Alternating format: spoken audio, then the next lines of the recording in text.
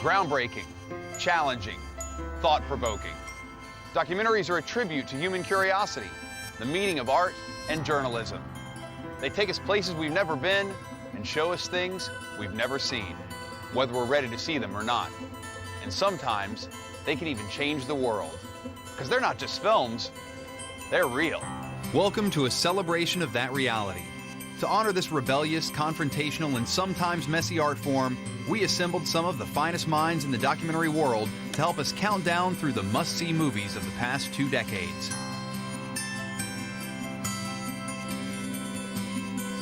From the plains of Antarctica to the skyscrapers of New York, from fast food to family fallout, from Enron to Donkey Kong, these are the 50 documentaries to see before you die.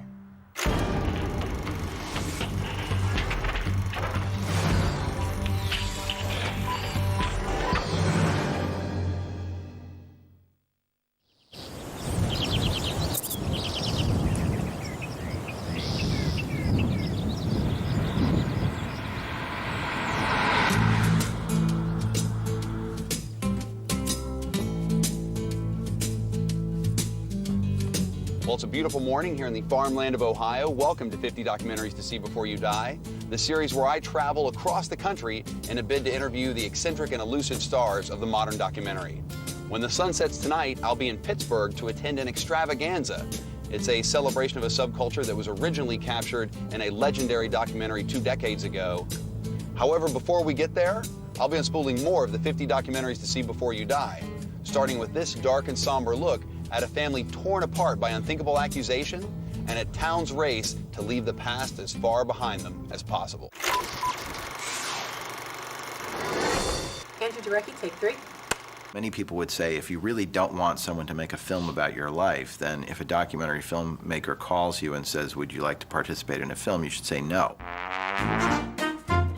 When filmmaker Andrew Jarecki set out to make a documentary about children's entertainers in New York, he met popular clown David Friedman.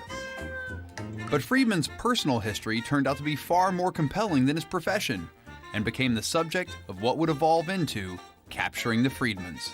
It was clear to me from interviewing David very early on that he had something that he wasn't telling me. A prominent middle-aged teacher in a prosperous Long Island town is charged with sodomizing young boys who were his students. He started off going to make a film about child entertainers and then stumbled upon this incredibly dark, twisted story. Arnold Friedman, who was obviously David Friedman's father, had been accused of child sex abuse, and it was clear that his son, Jesse, David's brother, was also implicated in the same crime. The scandal had been well documented in the local media, and David himself had captured on home movies what was happening behind closed doors as the case against his family unfolded. You didn't do anything. The police have done it to you. It's not your fault. The police are railroading you. Using this archival footage, Jarecki set about revisiting the controversial and far from conclusive case. I worried a lot about whether I should make the film. And then as we started to delve into it and we started to talk to all the other people who were involved in the case, we started to realize what a disaster the legal case was. We realized there were very differing sides to the story. What took place in Arnold's classes was pretty much just straight computer lessons. I mean, as ordinary and as boring as you could possibly imagine it. But I remember one time I slipped one of the games out, I brought it home and everything, and I copied it, and Arnold found out. Because of that, I was raped by him and Jesse at the same time as punishment. You don't really know who to believe at the end of the day, and that's why this piece is crafted so well. It would have been so easy for him to editorialize or present it in a certain way where you were forming a certain strong opinion on either side. Most people I know who see it come away confused, and I think that's the beauty of it. I never touched a kid. I never saw my father touch a kid. I wish I could have done something to stop it sooner. I wish there was something I could have done. I'm really... I don't think I ever made a decision to make a balanced film, and I certainly didn't think, whose side are we on? You know, we're trying to make a portrait of something incredibly complicated that happened, and we're trying to deliver it in a way that will give the audience an emotional experience.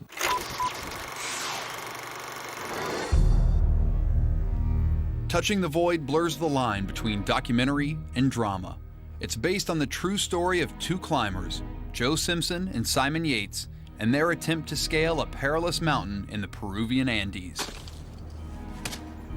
To me, what was extraordinary was the story, the real story of these people, that they could sit in front of you and tell you this happened and then this happened and this happened. And reality just has more power and is more strange than anything you can make in a fiction film. On the descent from the peak of the mountain, the expedition went horribly wrong. I felt all the bone go and all grating and everything, and I knew it was broken then. It was almost as if he knew what this meant. He knew that, and I knew that he was going to have to leave me. Joe and Simon were able to recount their emotions in the form of interviews, but in order to illustrate their ordeal, director Kevin MacDonald staged elaborate reconstructions. And he persuaded the climbers to return to Peru as consultants, along with the actors who would portray them, so that they could film in the exact locations where the terrifying events had unfolded. And that created a tremendous sense of reality, authenticity, which really helped the drama feel of a scale and made it feel real. I was screaming at Simon to stop as loud as I could, and he just couldn't hear me. Even when you know what the film is about, and it's about a crisis, essentially a life or death situation on a mountain, it doesn't prepare you for what you're about to witness. I took the decision pretty quickly, really, because there was no way that I couldn't maintain my position where I was. Sooner or later, I was going to be pulled from the mountain.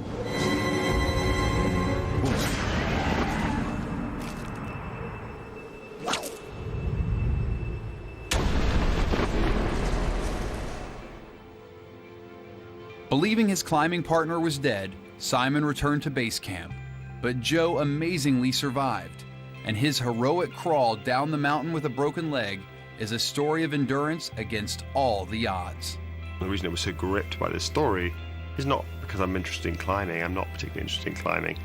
It's because it is a film about the human condition, about living in a world without God, about facing up to the unknown, about confronting your fears. It's about aloneness, being alone in the biggest sense of what that means. I didn't crawl because I thought I would survive. I think I wanted to be with somebody when I died.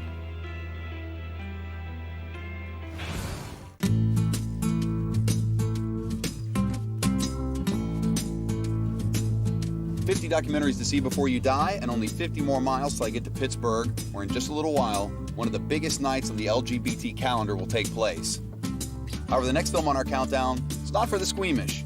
This movie reveals probably a little more than you ever really wanted to know about exactly where the food on your plate came from. The industry doesn't want you to know the truth about what you're eating, because if you knew, you might not want to eat it. Food Inc. is a shock and awe documentary that would forever change the way those who saw it saw their food. I learned that a lot of the food that I eat today is not created and harvested the good old-fashioned way. It's the bad new-fashioned way that involves a lot of gross stuff. If you could grow a chicken in 49 days, why would you want one you got to grow in 3 months? In a startling expose, Food Inc. shines a light on how the food industry manipulates its customers into craving everything that's bad for them. It's a movie that really makes you question the very sort of quotidian decisions, about what we put in our bodies and what we purchase and why we like what we like and what those things that we like might be doing to us. The fast food industry fought against giving you the calorie information. They fought not to label genetically modified foods. And now 70% of processed food in the supermarket has some genetically modified ingredient. Robert Kenner, take 3. I realized there's something very frightening going on, that when you live in a free society, in a free market, you should have the right to decide what you're buying based on information.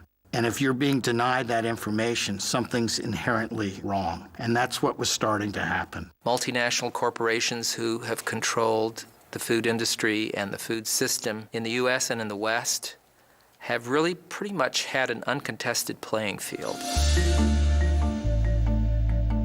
But there was nothing the industry could do about Kenner's film, or the power of Oprah, who promoted it on her show.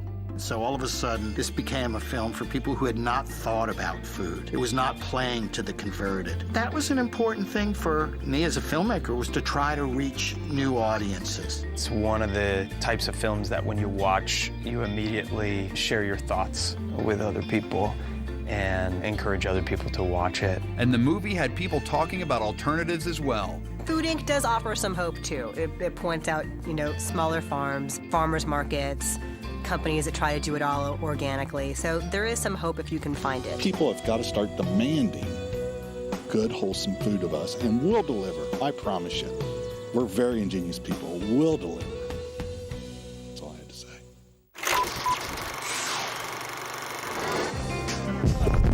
Let go of my camera! Let go of my camera! At number 17 is a political scrap on the streets of Newark, New Jersey, where two black politicians, four-term incumbent Sharp James and Ivy League upstart Cory Booker, fight to become mayor of one of America's most violent cities.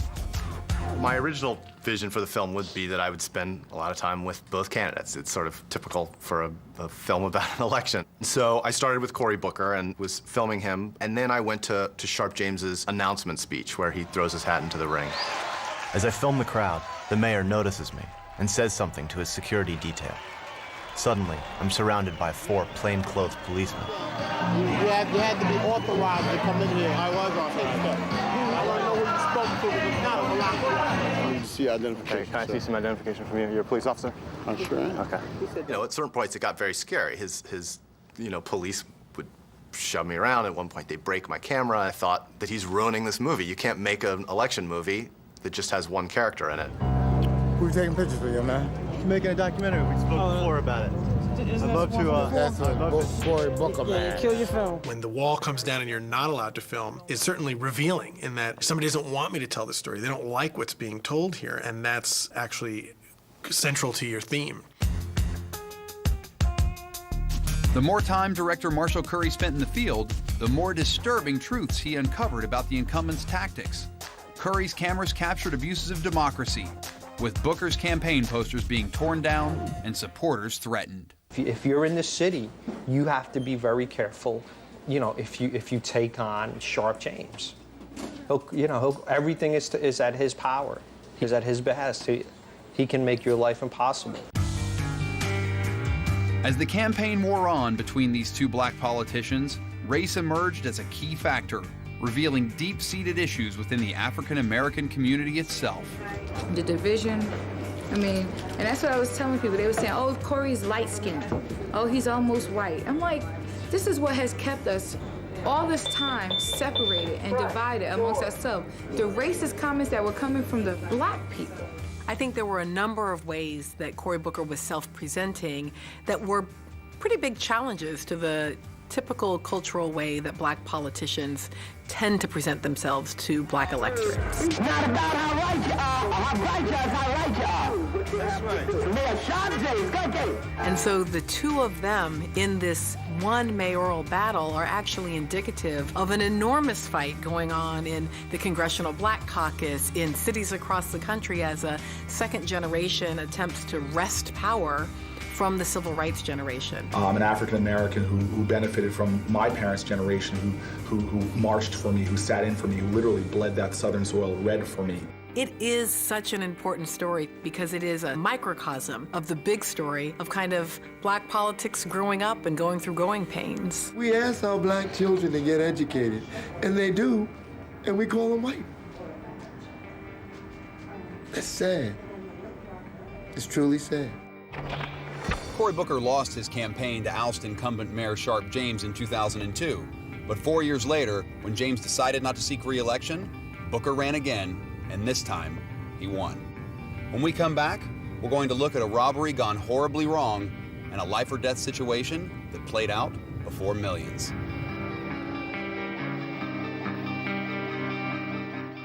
Hi, I'm Morgan Spurlock, and you're watching 50 Documentaries to See Before You Die on Current TV. For more information about the movies on our list, log on to current.com/docs.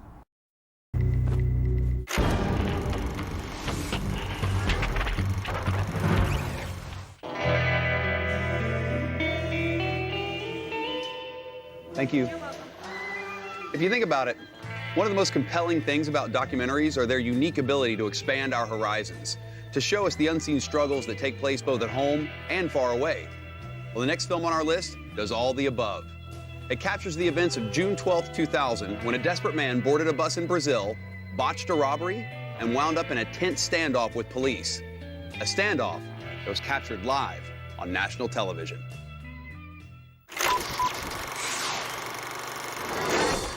Jose Padilla, take one. The documentary is about the hijack itself, but it's also about the life of the hijacker.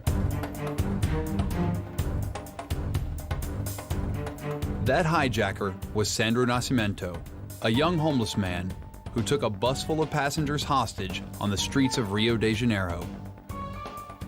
For 6 hours, Brazil held its breath as the ordeal unfolded right before their very eyes.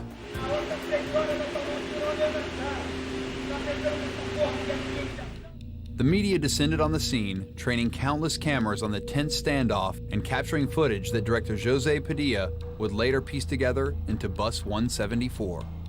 We made a decision in the beginning not to use the reporters and to go for the cameras that were shooting straight to the bus. The hijacker was behaving very strangely, and he was also saying very interesting things to the cameras. It sort of like mesmerized me. I thought, I gotta find out about the life of this kid and what led him to do this. So Padilla set out to do just that, interviewing Sandro Nascimento's friends and relatives. He spoke with sociologists, examined old police reports, and even uncovered archival footage of the hijacker long before that fateful day in June of 2000.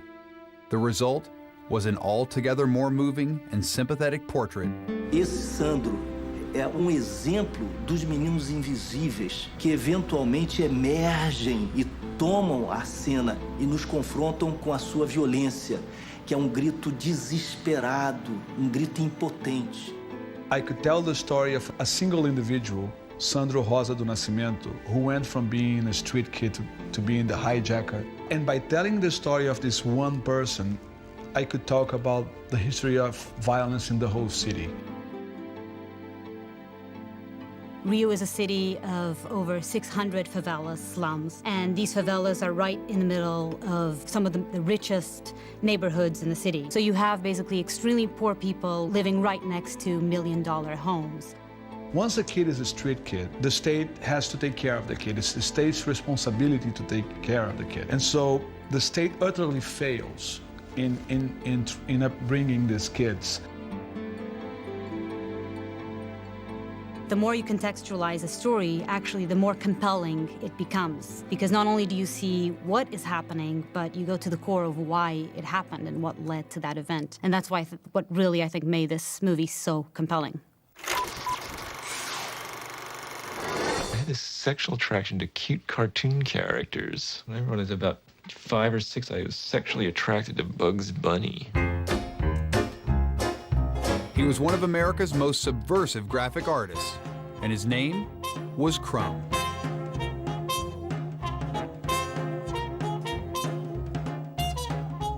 Robert Crumb is an incredible character. He's acidic, very funny, cynical, misanthrope with an incredible gift. I don't work in terms of conscious messages. I can't do that. It has to be something that I'm revealing to myself while I'm doing it, which is hard to explain. Which means that while I'm doing it, I don't know exactly what it's about. Crumb was close friends with director Terry Zwigoff and allowed the filmmaker intimate access to his personal life and slightly warped world. There was an authenticity here, an authenticity to Crumb that was obviously shared by Terry Zwigoff, and that they were friends, and that they obviously were simpatico in their cynicism of humankind. And I think that allowed it to be presented in an unfiltered way. There's a kind of obsessive quality about the film, and there's something which almost sort of seeps through the film stock about the fact that this is clearly, for Terry Zwigoff, an obsessive quest. The quest uncovered the bizarre sexual fetishes and fantasies that lie at the heart of Crumb's distinctive graphic art.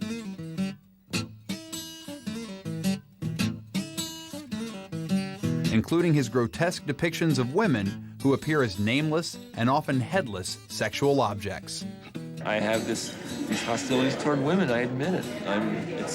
It's out in the open, I have to put it out there, you know? It's very strong, and it ruthlessly forces itself out of me under the paper.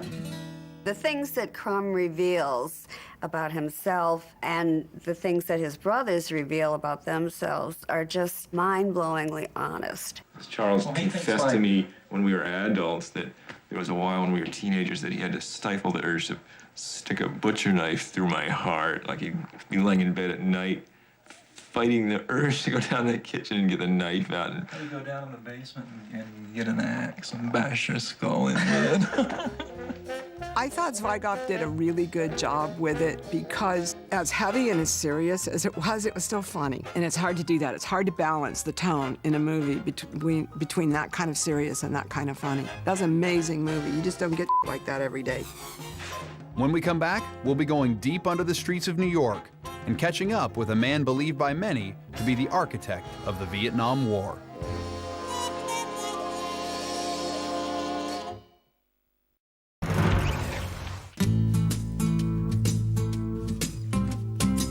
Welcome back to 50 Documentaries to See Before You Die. I'm Morgan Spurlock, and I am on my way to what some would consider the event of the season, where I'll find out once and for all if Paris, or more specifically Pittsburgh, is still burning. But before we hit the runway, we're going to hit the subway and the work of a first-time filmmaker who shed light on the dark world lurking beneath the streets of New York City.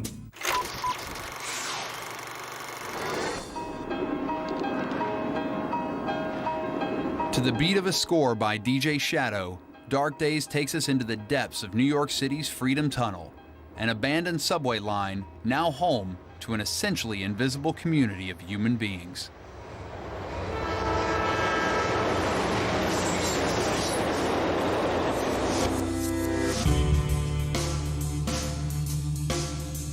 Filmmaker Mark Singer discovered the tunnel after investigating rumors that there were homeless people living there. Mark Singer, take 7. For me, that was just fascinating, and I wanted to know everything about what it's like to live in a tunnel. Like, what's it really like, man? When it's cold, and, you know, how do you eat, and where'd you find the nails, and how'd you get that wood, and where'd you tap in that electricity, and how'd you deal with the rats? Singer decided to make Dark Days as a way to help the people whom he met in the damp and dark underground beneath the New York City streets. We can make a film, we can sell it, and the money will get everybody out the tunnel. At the same time, everybody here will be the crew, and that way they're helping themselves get themselves out of the tunnel. Because if the ultimate goal is to get people off the street, then they have to go back into a society where you have to work with people. So it would teach people to work with people. So we said, let's do it. Singer had no filmmaking experience, but the novice proved to be rather innovative. He makes use of the tracks underground as a makeshift dolly and gets one of the subjects to help him rig this thing up to get some really nice dolly shots.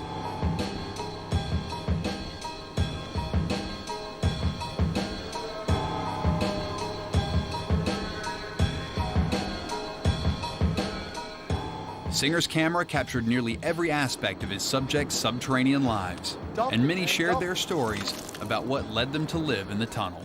I was doing time, and my daughter was raped. She was 5 years old. She was raped. Her leg was cut off. Her arm was cut off, and she was burnt.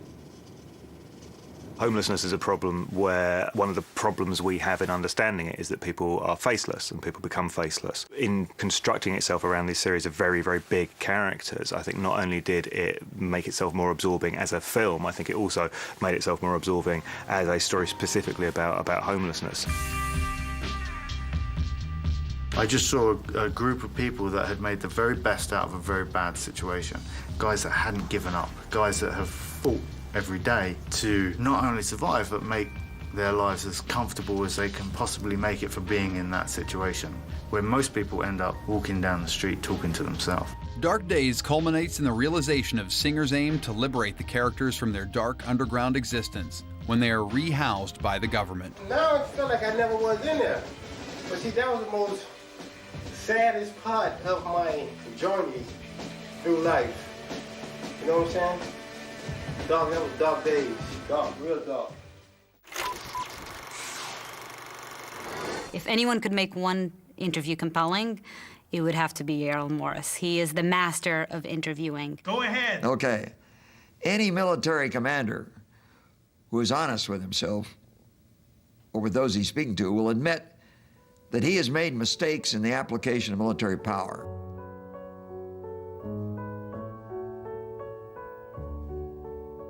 In 2003, Errol Morris attempted to see through the fog of war by landing an interview with a man widely considered to be an architect of the war in Vietnam, former U.S. Defense Secretary Robert McNamara. McNamara had previously remained reticent about his career, but he opened up to Morris in a marathon 20-hour interview. Using this, along with archive footage and old White House phone recordings, Morris reconstructed McNamara's murky past. McNamara had been on my mind for years, I thought. He's never going to agree to an interview. This is never going to happen. And then I thought, what the hell, I'll ask. Well, at first he said he would give me a half hour, and then that was extended to an hour. Okay, take an hour. And then at the end of the hour, he still wanted to keep talking. I want to say, and this is very important, at the end, we lucked out.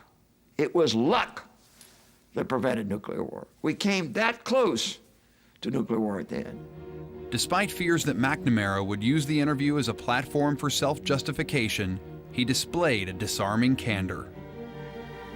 We were wrong, but we had in our minds a mindset that led to that action, and it carries such heavy costs. I can't control what Robert McNamara, what anybody else says to me, but I can create a situation where he wants to tell stories, he wants to communicate something to me, he wants to reveal something about himself. A private investigator before he was a filmmaker, Errol Morris knew a thing or two about interrogation.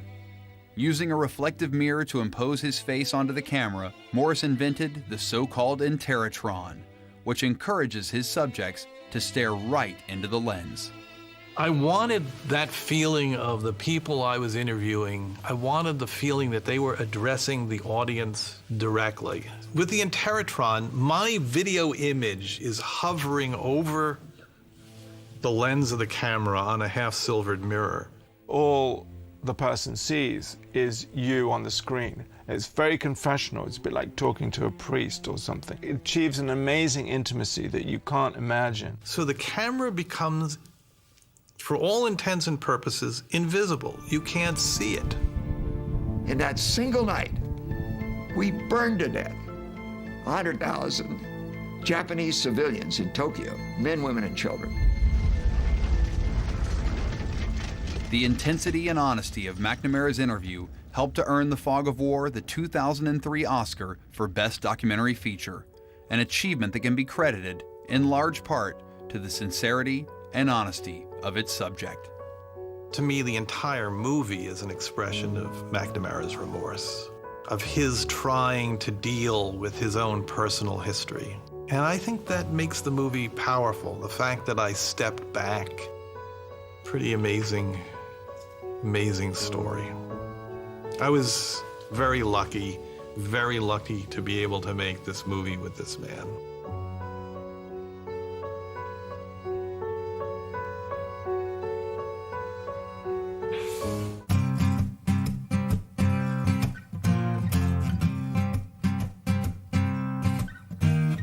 Up next on our countdown is the second controversial entry from a man who has made controversy his calling card. In 2002, 3 years after the deadly shooting rampage at Columbine High School, Michael Moore put our nation's love affair with guns right in his crosshairs. I'm here to open up an account. Okay, what type of account would you like? I want the account where I can get the free gun. There you go, Mike. Okay, thank you very much. Wow. Well, here's my first question. Do you think it's a little dangerous handing out guns in a bank?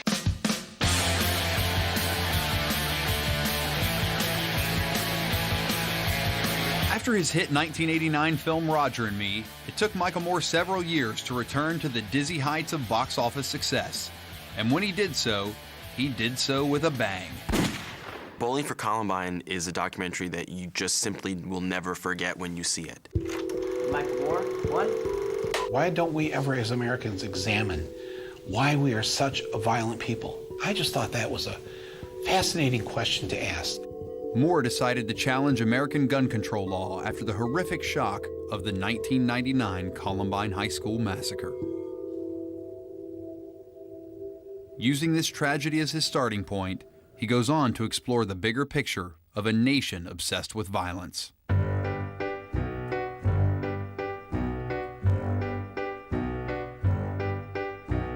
As this student's appearance demonstrates, having a lax policy about dress makes it easy for a student to conceal a weapon. I think we're very frightened people.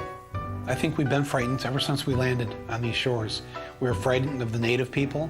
We were frightened of the slaves we brought over, as we should have been. And I was fascinated by that subject when making Bowling for Columbine, of how fear is used to the point where everybody feels like they've got to have a gun in the house. What are they really afraid of? What do they think of? Who's going to break into the house? Do they think it's little freckle-faced Jimmy down the street? I don't think so. I don't think that's who they're afraid of. And it cuts right then to the heart of our race problem that we still haven't resolved. Never afraid to use humor to make his point, Moore compares America's climate of fear to its equally well-armed neighbor, Canada, where a somewhat different attitude to security is taken. You ever leave your doors unlocked at home? Yeah, you do? I had this idea, I had a theory. I thought that we could choose any block in an urban area at 7 or 8 o'clock at night and literally walk up to the door, open the door, and I would walk into the living room. Oh, hi. Nobody locks their doors. Nobody locks their doors in this town. You know, sometimes it's just that simple idea, and then just kind of trying to find the balls to do it that will just speak volumes. I have only 5 words for you. From my cold, dead hands. Moore's ballsy approach reaches its peak when he confronts the head of the NRA, Charlton Heston, over his attendance of a gun rally in Flint, Michigan, just days after the accidental shooting of a 6-year-old in the city. Do you want me to apologize to the people in Flint? Yeah, or the people in Columbine for coming after their horrible tragedy. I mean, why do you go to the places after they have these horrible tragedies? And I'm a member of your group here. Yeah. I'm afraid we don't agree on that. You think it's okay to just come and show up at these events? No. You don't think it's okay? Mr. Heston, this is who she is. This is her. Mr. Heston, please don't leave. Mr. Heston, please, take a look at her. The whole thing with Charlton Heston, in retrospect, looks mean and kind of bullying. He's the president of the National Rifle Association. Any reporter in Washington, D.C. will, if you ask them what's the most powerful lobby, they will tell you it's the gun control lobby of the NRA. So I was going to the president, the man who wanted to make it easy for anybody to have assault weapons, any place, any time of day. And you can't sit down and ask him a few questions? Michael Moore's a provocateur. Yes, he doesn't necessarily give people the right reply. Maybe he edits people together in a way that's kind of manipulative, but it's funny and it makes you pay attention to a very serious issue. Moore's provocations certainly have their effect. After discovering the bullets used at Columbine were bought from Kmart, he persuades the company to stop selling handgun ammunition altogether. For the first time, he's left almost speechless. That's a rare moment in a Michael Moore film when he doesn't have anything to say. He feels lost, and he's trying to figure out where we're going in terms of a national identity, in terms of safety. It felt very powerful to me for that reason, and I still think it's his best film because of it. I think Bowling for Columbine does something very unique in terms of it's really about the question than about the answer. Stay with us after the break when we'll be burning up the dance floor in Paris and Pittsburgh.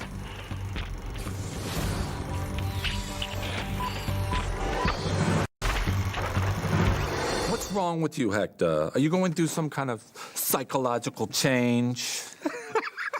Shake the dice and steal the rice. Right here. Come on, baby.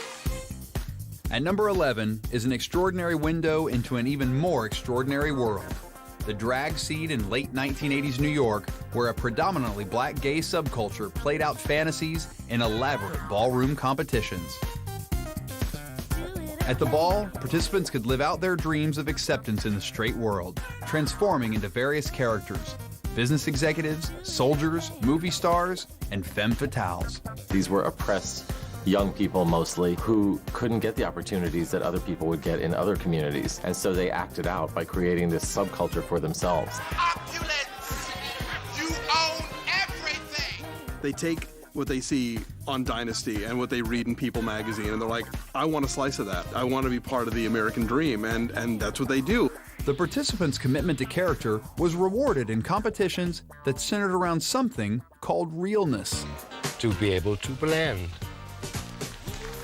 That's what realness is. If you can pass the untrained eye or even the trained eye and not give away the fact that you're gay, that's when it's realness.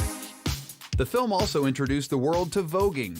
Pop star Madonna was so taken by the style that she paid tribute to it in her 1990 hit single, Vogue. It was a stamp. These kids that were up there doing their own thing, thank God somebody got it on film. They ended up having such a huge impact on pop culture. It's what modern society itself is all about. It's like, don't dream it, be it. As soon as director Jenny Livingston came across the scene, she knew she had a story on her hands. Here I had stumbled into this community where the base assumption, the reason the balls are there, is this knowledge that we build who we are. And everything I wanted to say about gender and class and race and sexual orientation and the construction of identity lay in that world. How old are you? I'm 15. And why are you down here? Where's your mother? Hanging out. I don't have a mother. Everybody has a mother or we wouldn't be here. Where's your mother? She's gone. Where's your father? He's gone too. The film contrasts the glamorous ball scene with the stark reality of life for many of its subjects, struggling with issues of race and sexuality at a time when AIDS was ravaging the gay community. Shunned by mainstream society, many sought refuge in a phenomenon known as houses, referring not to physical structures, but networks of support. It wasn't accepted to be gay. Your family members didn't really accept you if you were gay. So you went to this house and you had a mother, you had a father, and they accepted you no matter what. But a lot of these kids that I meet now, they come from such sad backgrounds, you know, broken homes or no home at all. I've had kids come to me and latch hold to me like I'm their mother because they're real parents and give them such a hard way to go. They look up to me to fill that void. It takes a lot of guts to be a trans woman or to just perform as the gender you were not born into. I mean, these were strong women, strong people. These were people who lived as women 24/7, who were talking about having the surgery and about living their lives with the wig on. And that, I think, was really new to a lot of people. The reason I thought the movie needed to be made is I thought they needed to have their say. It introduced them and it made them familiar all at the same time, and the culture's never been the same since. If you're gay and you haven't seen Paris is Burning, your pass is revoked. Is this realness or not? Let it be, mother hot.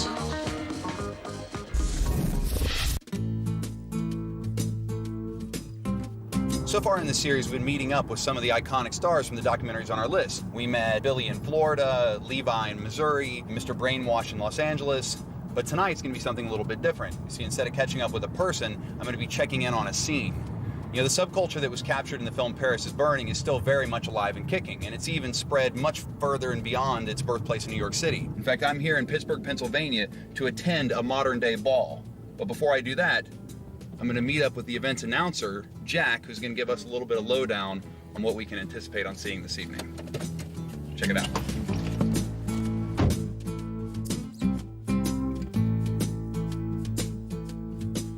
You're Jack? Yes. Hey, I'm Morgan. Nice to meet you, nice Morgan. To meet welcome, you, How are you? welcome. Thank you. Thanks for having us. You ready to be I'm ready to be wild. ready to be wild? I'm ready to This is be going to be a wild night. This is going to be where it all happens. They're going to be in all different effects. They're going to come out here and they're going to vogue, and you're not going to understand what they're wearing. These are the trophies for tonight. The Pittsburgh Rumble #1, Star Search. Star Search, that's the whole theme. This is the order of categories. Butch queens are the boys. Femme queens are the transsexuals who are actually, you know, live 24 hours. Butch queen and drags is somebody that just, they're not completely transformed. Yeah. We do the seniors, which were, you know, it's by age. How old will be the oldest person here tonight at the Rumble? Solomon? You know, actually... No, I was saying Solomon. No. Did you see the film Paris is Burning? Yes, I watched that movie like 1,000 times. For those of you that can see, we have a camera crew here from Current TV, and they're doing a look back on Paris is Burning. So definitely Paris is Burning is a big, huge part of our community. So we are going to put a different spin on what they saw 24 years ago. It is about the now, it is about the tomorrow. So guys, when you hit this floor, put your best foot forward and let's make this thing happen tonight. DJ La Música!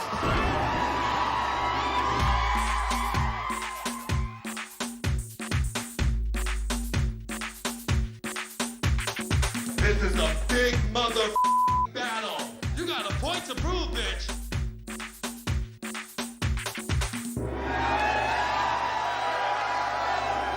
What are you gonna walk in? What category? European runway. I'm walking Sex Siren. That's one of my new categories that I just started walking. And I'm a little nervous. What's the key to winning? You gotta keep the crowd entertaining. You have to keep the judges captivated, and you have to always have their attention on you. Vogue has totally changed. It's not Madonna's Vogue anymore, which it was never Madonna's Vogue. No. We got that clear. What Vogue has become is really about being really feminine, whether you're dramatic and you can do a combination of stunts and then drop to the beat, or you can be really soft and really feminine, like, and tiptoe through. Hey, giddy, giddy on a hot tin roof. Can you bring it down the runway? Show your move. Work, giddy, giddy on a hot tin roof. Bring it down the runway, work your groove. Time, giddy, giddy. Scratch. Ooh, ah.